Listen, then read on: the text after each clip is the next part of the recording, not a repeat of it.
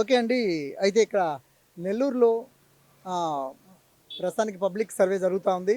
అయితే ఏ ప్రభుత్వం వస్తదని మాత్రం కొంతమంది ప్రజలు అటు ఇటుగా చెప్తున్నారు. సో, ఇక్కడ సోడా బండి పెట్టుకున్నటువంటి ఒక ఆమె ఉన్నారు మహిళ. ఆమెను అడిగి తెలుసుకునే ప్రయత్నం చేద్దాం. హాయ్ అమ్మా! ఏం పేరు నీ పేరు? లక్ష్మీదేవి. లక్ష్మీదేవి. అయితే డబ్బులు బాగుందా?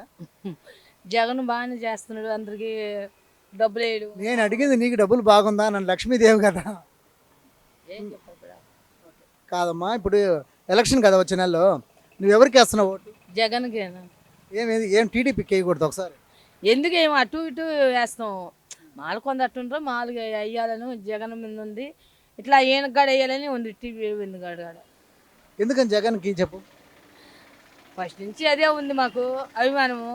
పిల్లకాయలు అమ్మబడి, అవి 45 వాళ్ళకి రైస్ బరాదు అవన్నీ వేస్తూ ఉండు. అందుకని అభిమానం ఫస్ట్ నుంచి అట్టే ఉంది. ఎట్లా ఉంది వ్యాపారం? పర్వాలే కొంచెం. ఈ సెంటర్లో నీదే ఎక్కువ రేట్ అని చెప్తున్నారు. రేట్ ఏం లేదు, మామూలుగా 15 మామూలుగా అమ్ముకుంటే అందరూ అమ్మినట్టే మనం అమ్మేది. ఎంత అమ్ముతున్నావు? సోడా ఎంత అమ్ముతున్నావు? నిమ్మకాయ చూడ 15, షర్బత్ 20 అంతే. ఓకే ఓకే అమ్మా. అయితే సో ఇక్కడ ఒక యువకుడు ఉన్నాడు. ఆంధ్రప్రదేశ్ అంతా ఎన్నికలు జరుగుతూ ఉన్నాయి. సో ఇక్కడ ఒక యువకుడు ఉన్నాడు. ఎవరికి ఓటేస్తాడు? ఏ ప్రభుత్వం వస్తుంది? చెప్ప. ఏం పేరు నీ పేరు? నా పేరు కిషోర్ సార్. కిషోర్, చెప్పు. ఏ ప్రభుత్వం రాబోతుంది? ఖచ్చితంగా జగన్ అన్ననే వస్తాడు. వస్తాడా? నువ్వెవరికి వేస్తావు? నేను జగన్మోహన్ రెడ్డికే వేస్తాను ఒకటి. ఎందుకని? ఇష్టం. జగన్ అంటే ఇష్టం. జగన్ పథకాలంటే ఇష్టం. పథకాలను చూసి పథకాలు ఏముంటాయి, 5 ఏళ్ళు ఉంటాయి, మళ్ళీ ఇంకోరు వస్తే ఇంకోరు మారుతారు. గుండెల్లో స్థానం సంపాదించుకోవడం కదా ముఖ్యము. జగన్ అంటే ఒక ఇష్టం ఎప్పటి నుంచో. వైఎస్ రాజశేఖర రెడ్డి గారు ఉన్నప్పటి నుంచి కూడా మా ఫ్యామిలీ అంతా ఆ పార్టీకి సంబంధించి రాజశేఖర రెడ్డి గారితో బాగున్నాము. దాని తర్వాత ఇప్పుడు వాళ్ళ కొడుకు వచ్చిన తర్వాత, ఆయన కొడుకుని ఆదరించిన తర్వాత ఆయనకి రెట్టినట్లు ఎక్కువ చేశాడు. ఆయన ఏందో ప్రూవ్ చేసుకున్నాడు. కొన్ని చేయలేకపోయినాడు. చేయలేనంత మాత్రం తీసి పారేయలేము. వచ్చిన అవకాశంలో 2.5 సంవత్సరం కరోనాకు పోయింది. కరోనా టైంలో బయటికి రాని వాళ్ళంతా ఇప్పుడు వచ్చి మాట్లాడుతుంటారు. ఆ టైంలో ఏమైంది వీళ్ళకి? ఆ టైంలో సొసైటీ గుర్తు రాలేదా? ఆ టైంలో ప్రజలు గుర్తు రాలేదా? ఆ టైంలో మిగతా ఇబ్బందులు గుర్తు రాలేదా? ఏ రాష్ట్రం చేయలేనంతగా జగన్మోహన్ రెడ్డి కరోనా టైంలో అందించిన సర్వీసులు ఏ రాష్ట్రం అందించలే. స్వయంగా నరేంద్ర మోడీ గారే మెచ్చుకున్నారు ఏపీని, మన జగన్మోహన్ రెడ్డి గారిని, ముఖ్యమంత్రి గారిని. మీరు చేసిన సర్వీస్, మీరు అందించిన సర్వీస్ కరోనా టైంలో ఎవరు అందించలేదని చెప్పి. దీనికన్నా ఇంకేం కావాలా? పథకాలు ఈరోజు ఉంటే డబ్బులు ఈరోజు అకౌంట్కి వేస్తే రేపు తాగేస్తారు, తినేస్తారు. ప్రాణాలు నిలబెట్టినాడు కదా. 100 కాకపోయినా 70 అయినా నిలబెట్టినాడు కదా. ఆ టైంలో ఎన్నో ప్రభుత్వాలు, ఎన్నో రాష్ట్రాలు వదిలేసాయి, మా వల్ల కాదు, మేము చేయలేమని చెప్పి. వాలంటీర్ వ్యవస్థ పెట్టినాడు. ఆయన బయటికి రాలేదు. తాలేపల్లి గౌరవం నుంచి బయటికి రావట్లేదు అంటున్నారు కదా. ఆయనకేం పని? ఒక సీఎంగా ఆయనకేం పని? సీఎం ఆఫీస్లో కూర్చోవాలా, మొత్తం విజువలైజ్ చేసుకోవాలా, మొత్తం అనలైజ్ చేసుకోవాలి, ఏం జరుగుతుంది, ఎక్కడ ఏం జరుగుతుంది చూసుకోవడం ఆయన పని. అంతేగాని ఆయన ఇంటింటికి మళ్ళీ సీఎం అయిన తర్వాత కూడా వచ్చి ఎందుకు పని చేస్తాడు ఆయన? అందుకే కదా వాలంటీర్ వ్యవస్థ పెట్టినాడు. ప్రతి 50 ఏళ్ళకి ఒక వాలంటీర్ని పెట్టినాడు. వాళ్ళు చూసుకుంటారు ఎంతో చక్కగా. ఇప్పుడు ఈ నెల పింఛన్లు తీయేసినారు, వాలంటీర్లు తీయేసినారు. అది ఎన్నికల కమిషనర్ ఈసీ గారి ద్వారానో, లేదంటే టీడీపీ వాళ్ళ ప్రెజరో, ఇంకోటి మనకైతే తెలియదు, కానీ వాలంటీర్లు తీయేశారు. ఇప్పుడు 4 రోజులు 3 రోజులు పోయి తిరిగి ముసలి వాళ్ళంతా ఆడ పోయి కూర్చొని సచివాలయాల కాడ వెయిట్ చేసి తెచ్చుకుంటున్నారు. ఇప్పుడు వాళ్ళకే తెలుస్తుంది విలువ. జగన్మోహన్ రెడ్డి ఉన్నప్పుడు ఎట్లా ఇంటికి వచ్చే పథకాలు ఇప్పుడు ఎట్లా ఉన్నాయని చెప్పి. దానివల్ల వీళ్ళు ఎన్ని చేసినా ఏమి చేసినా ఏంటంటే, ఈ 2 నెలలు ముసలి వాళ్ళు సుమారు నాకు తెలిసి ఒక 60 లక్షల ఓట్లు ఉంటాయి. ముసలి వాళ్ళవే, ఏజ్ వాళ్ళవే ఒక 60 లక్షల ఓట్లు ఉంటాయి. ఆ 60 లక్షల మంది ఎయిరా? ఈరోజు ఇంటికి వచ్చిస్తున్నాడు. ఈరోజు పోయి ఆడపోయి 4 రోజులు తిరగల్లా, ఎండకు పోవాలా, ఆడ కూర్చోవాలా, ఎప్పుడు వస్తాయి, 3 గంటలకు వస్తాయి, బ్యాంకులోకి పోయి డ్రా చేసుకోరావాలా. డ్రా చేసుకొని వచ్చిన తర్వాత ఇచ్చినామని మాట్లాడుతున్నారు. ఇచ్చినారు పాపం, అప్పటికి వాళ్ళు సచివాలయం వల్లే ఇచ్చినారు. ప్రభుత్వంలో ఉద్యోగస్తులు కూడా రాలేదు. ఆయన పెట్టిన సచివాలయం వాళ్ళ ద్వారానే ఇచ్చినాడు పింఛన్లు కూడా. ఇప్పుడు వాళ్ళకి తెలుస్తుంది కదా విలువ. కాబట్టి వాళ్ళంతా కూడా మళ్ళీ జగన్మోహన్ రెడ్డి గారికి వేస్తారు ఓటు. ఆయన అంత ఆశామాష అయిన వ్యక్తి అయితే కాదు. ఆయన వ్యక్తి కాదు, శక్తి అంతే. దాన్ని మళ్ళీ తిరిగి కొట్టాలంటే అది అవతల పక్క కూడా మళ్ళీ జగన్మోహన్ రెడ్డి గారే ఉండాలి. అంతేగాని ఎవరి వల్ల సాధ్యం కాదు. Okay okay, thank you. ఏ ప్రభుత్వం వస్తుంది? టీడీపీ వస్తుంది అనుకుంటున్నాను. పక్కన ఏం లేదు, పోటీగానే ఉంటుంది, కానీ టీడీపీ గెలుస్తాను. నువ్వెవరికి వేస్తావు? కాటన్ రెడ్డి గెలుస్తాను. Cotton Reddy TDP. ఓకే భయ్యా నువ్వు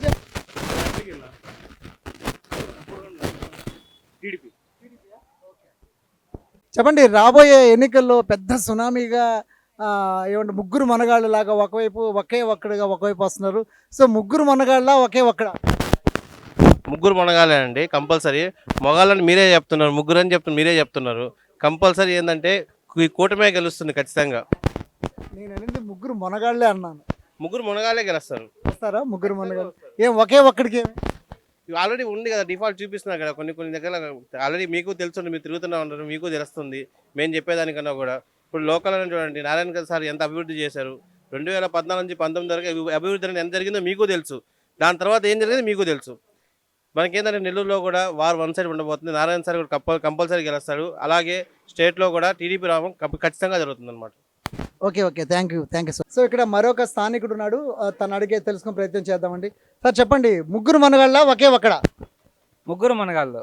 రాబోయే ఎన్నికల్లో అని ముగ్గురు మనగాళ్ళు సినిమా అనుకుంటున్నారా లేకపోతే? లేదు, ముగ్గురు మనగాళ్ళనగా మనకు బీజేపీ, తెలుగుదేశం పార్టీ, జనసేన ఈ కూటమి కలిసి వస్తేనే మన రాష్ట్రం బాగుపడుతుంది. ఇప్పుడు ఎలా ఉంది? ఇప్పుడు ఇచ్చినట్టు ఇచ్చి దోచుకున్నట్టుంది అంతే, ఇంకేం లేదు. మన రాష్ట్రం మొత్తం అప్పుల పాలైనట్టు మనకు తెలుస్తూ ఉంది. దాంతోపాటు ప్రజలు, సామాన్య ప్రజలు బతకాలి అంటే చాలా కష్టంగా ఉంది. ఎందుకంటే మనకు తెలిసింది 10,000 15,000 సంపాదించుకునే వ్యక్తి ఈరోజు సరిగ్గా 3 పూట్ల అన్నం కూడా తినలేని పరిస్థితిలో ఉన్నాడు. కాబట్టి చూసి మనం ఓటేసి మన ఓటు హక్కును వినియోగించుకొని ఖచ్చితంగా ముగ్గురు మనగాల్ని గెలిపించుకుంటేనే మన రాష్ట్రం బాగుపడుతుందని కోరుకుంటున్నాను. అంటే నేనేమంటున్నానంటే ఇప్పుడు జగన్ పథకాలు ఇచ్చిన తర్వాత ఆంధ్రప్రదేశ్ అప్పుల్లోకి వెళ్ళిపోయింది అంటున్నారు. వాళ్ళే అన్నారు, ఎద్దేవా చేశారు, ముగ్గురు మనగాళ్ళు కూడా ఎద్దేవా చేశారు.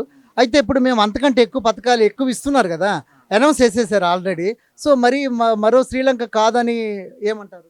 ఇప్పుడు పథకాలు ఇవ్వచ్చు, మనకి పథకాలు ఇవ్వడం వల్ల మన రాష్ట్రం బడ్జెట్ చూస్తే చాలా ఎక్కువ ఉంది.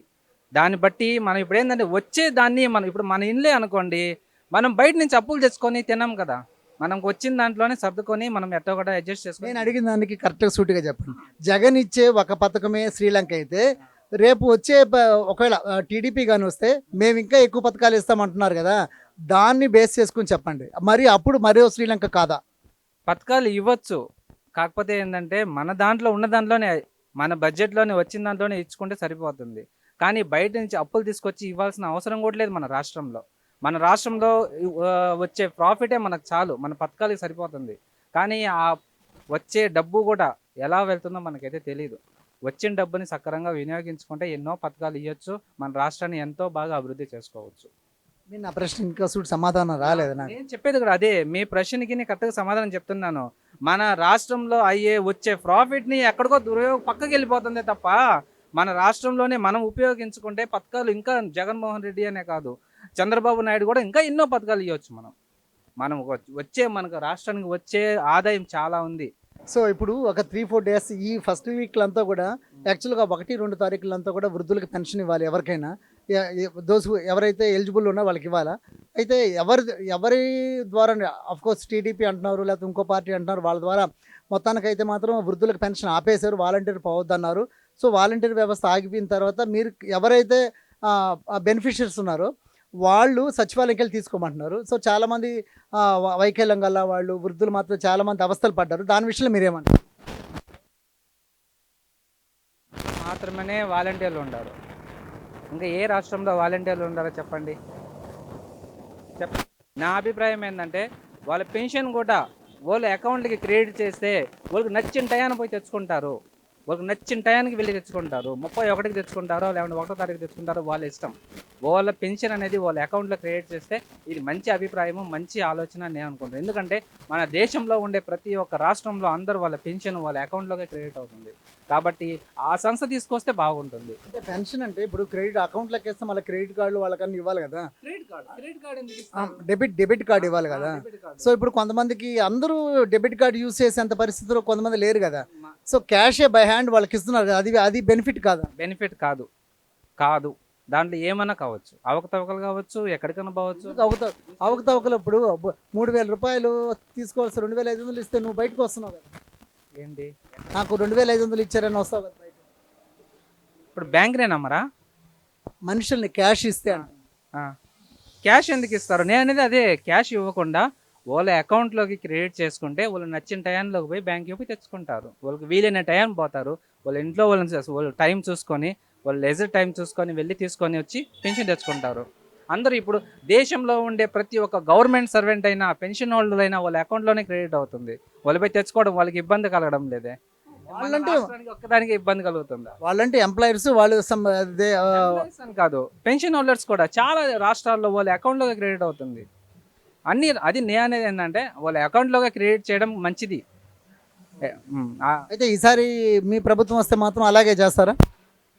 అది చంద్రబాబు నాయుడు మీద డిపెండ్ అయి ఉంటుంది. అఫ్కోర్స్ మీ ఒపీనియన్ మనం అడుగుతున్నాం కదా, ఇది చంద్రబాబు నాయుడు ఒపీనియన్ కాదు, జగన్మోహన్ రెడ్డి ఒపీనియన్ కాదు కదా, మీ ఒపీనియన్ ఏంటి? నేను కూడా చెప్పేది అదే sir. Jaganmohan Reddy opinion, Chandrababu Naidu opinion నేను చెప్పట్లేదు. నా ఒపీనియన్ ఏంటంటే వాళ్ళ బ్యాంకులోకి క్రెడిట్ చేస్తే వాళ్ళు నచ్చిన టయాన్ని వెళ్ళి వాళ్ళు తెచ్చుకుంటారు. అది నాది. ఎందుకంటే 1వ తారీఖు ఇప్పుడు 2 నెలలు పెన్షన్ తీసుకోకపోతే వాళ్ళు పెన్షన్ లేరని కొట్టేయడం జరుగుతుంది. అవునా కదా? ఎక్కడున్నా కానీ ఇంటికి వచ్చి తెచ్చుకోవాల్సి వస్తుంది. ఎక్కడ వాళ్ళ కొడుకులే హైదరాబాద్లో ఉంటారు, లేకుంటే విజయవాడలో ఉంటారు. వాళ్ళ కొడుకుల కాడికి వెళ్తారు. వాళ్ళు 60 years అబోవ్ అంటే వాళ్ళకి ఆదరణ ఉండాలి. వాళ్ళ కొడుకులు జాబ్ వచ్చి అక్కడికి వెళ్ళి ఉంటారు. అక్కడ ఉంటే 2 నెలలకో ఖచ్చితంగా మళ్ళీ వచ్చి ఇక్కడ పెన్షన్ తీసుకోని పరిస్థితి వస్తుంది. అదే అకౌంట్లో క్రెడిట్ చేస్తే వాళ్ళు 3 నెలలకో 6 నెలలకో ఆడనే ఉండి తీసుకుంటారు. వాళ్ళు ఆడనే మెడిసిన్ తెచ్చుకుంటారు. వాళ్ళకి ఉపయోగం అనేది పడుతుంది. అవునా? అఫ్కోర్స్ అది కూడా ఒక మంచి ప్రణాళికగానే ఉంది. ఏమో ఫర్దర్గా కూడా జగన్ కావచ్చు లేదా టీడీపీ వాళ్ళు ఎవరు వచ్చినా కూడా ఈ ప్లాన్ చేయొచ్చు కూడా. నా ఉద్దేశం ఏంటంటే వాళ్ళ అకౌంట్లో క్రెడిట్ చేసుకుంటే వాళ్ళు ఎక్కడున్నా కానీ ఉపయోగించుకుంటారు. వాళ్ళకి ఇప్పుడైనా 60 years అబోవ్ ఉంటే వాళ్ళకి ఏం కావాలి? వాళ్ళకి కావాల్సిన మెడిసిన్స్, డయాబెటిక్ మెడిసిన్స్, లేకుంటే బీపీ మాత్రలు, బ్లడ్ ప్రెషర్ ట్యాబ్లెట్స్, అవే కదా వాళ్ళకి కావాల్సింది. వాళ్ళ టయానికి వాళ్ళు ఎక్కడో ఉంటారు. వాళ్ళు ఇక్కడికి వచ్చి ఇప్పుడు విజయవాడలో వాళ్ళ కొడుకు జాబ్ చేస్తుంటారు, అక్కడే ఉంటారు. అక్కడ నుంచి ఇక్కడికి వచ్చేసరికి 2,000, 3,000 రూపాయలు ఖర్చు అవుతుంది. ఇక్కడికి వచ్చి పెన్షన్ తీసుకొని గమ్మగా వెళ్ళిపోవాల్సిందే, ఖర్చు పెట్టుకొని. వాళ్ళకి ఉపయోగం ఉండదు. అదే వాళ్ళు అకౌంట్లో క్రెడిట్ చేస్తే వాళ్ళు ఏడున్నా కానీ ఆ డబ్బులు తీసుకుంటారు. ఇయర్లీ వన్సో లేకుంటే ట్వైసో, మీకు అంతగా నమ్మకం లేకపోతే వాళ్ళ తమ్మి. ఇప్పుడు వాళ్ళు అంటే కొంతమంది అంటే నాన్ రెసిడెన్సీ ఉంటారు, మరి ఇక్కడ లేకుండా వేరే ఊర్లో ఉంటారు. ఇప్పుడు ఏంటంటే ఎవరైతే విలేజ్లో ఉంటున్నారో వాళ్ళకి మాత్రమే అన్ని అన్నట్టుగా ఒక 2 monthsకైనా వాళ్ళు ప్రజెంట్ ఉండాలి అని దృక్పథంతో మన జగన్మోహన్ రెడ్డి పెట్టాడు. సో ఈసారి ప్రభుత్వం వస్తే మాత్రం డెబిట్ కార్డ్